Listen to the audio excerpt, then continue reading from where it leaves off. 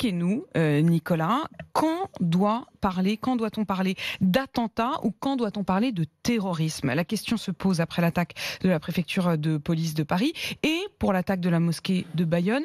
Pourquoi ces mots et le choix de ces mots est-il si important? Eh bien évidemment, les mots comptent beaucoup. D'abord, juridiquement, si un crime ou une fusillade est qualifié de terrorisme, alors son auteur pourra rester 6 jours en garde à vue au lieu de 2 ou 4 jours. Les peines qu'il encourt sont plus lourdes. Le service de police qui enquête est un service spécialisé. Les juges sont des juges antiterroristes. La cour d'assises, à la fin, est une cour d'assises spéciale composée de magistrats. C'est donc tout le parcours judiciaire qui est différent. Et puis au-delà du juridique, pour les victimes, reconnaître le caractère terroriste, c'est bien sûr reconnaître qu'ils ont été victimes de quelque chose d'exceptionnel qui est pris très au sérieux. C'est pour cela qu'un certain nombre de musulmans aujourd'hui ne comprennent pas pourquoi l'attaque de la mosquée de Bayonne n'a pas immédiatement été qualifiée d'attentat. L'octogénaire, hier soir, a été mis en examen pour tentative d'assassinat, pour dégradation et destruction aggravée, violence avec arme, violence contre une personne dépositaire de l'autorité. C'est beaucoup, il risque la perpétuité, il a dormi cette nuit en prison, mais on constate qu'il n'est pas poursuivi pour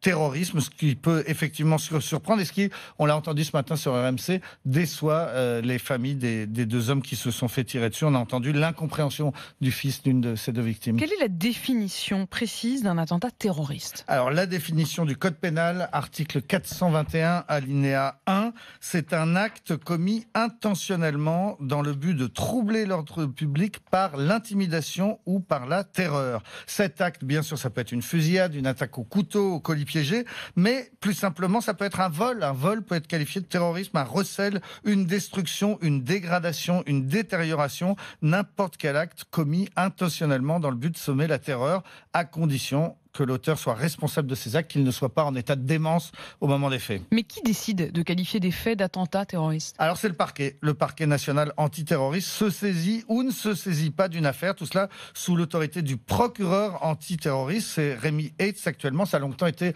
François Molins, vous vous souvenez, qui avait marqué la France par son calme lors des attentats du 13 novembre. Alors dans l'affaire de la préfecture de police à Paris, ce parquet avait d'abord tardé à se saisir, puis l'enquête avait finalement été confiée à un service antiterrorisme. Mais aujourd'hui, on pourrait revenir en arrière parce que ce service de police estime que Michael Harpon a agi et a tué 4 personnes par délire mystique et suicidaire sur fond de frustration professionnelle. Sa radicalisation, d'après les policiers, ne serait pas son moteur principal. L'attentat de la préfecture de police pourrait donc finalement ne pas être qualifié d'attentat, ce qui serait difficile à comprendre pour les proches des victimes. Ces dernières années, on a eu des actes qui se ressemblaient et qui ont parfois été qualifié d'acte terroriste, parfois non. Une attaque au couteau à Villeurbanne ne l'avait pas été. Une voiture qui avait foncé sur des militaires à Valence, dans la Drôme, avec le chauffeur qui criait Allah Akbar, eh bien ce n'était pas du terrorisme. En revanche, les mêmes cris de Allah Akbar par un homme avec un couteau qui avait attaqué un commissariat de la Goutte d'Or à Paris, eh bien ça, c'était du terrorisme. L'homme qui avait décapité son patron à Saint-Quentin-Fallavier, c'était également du terrorisme. À chaque fois, c'est à l'appréciation de la justice et c'est souvent matière à contestation.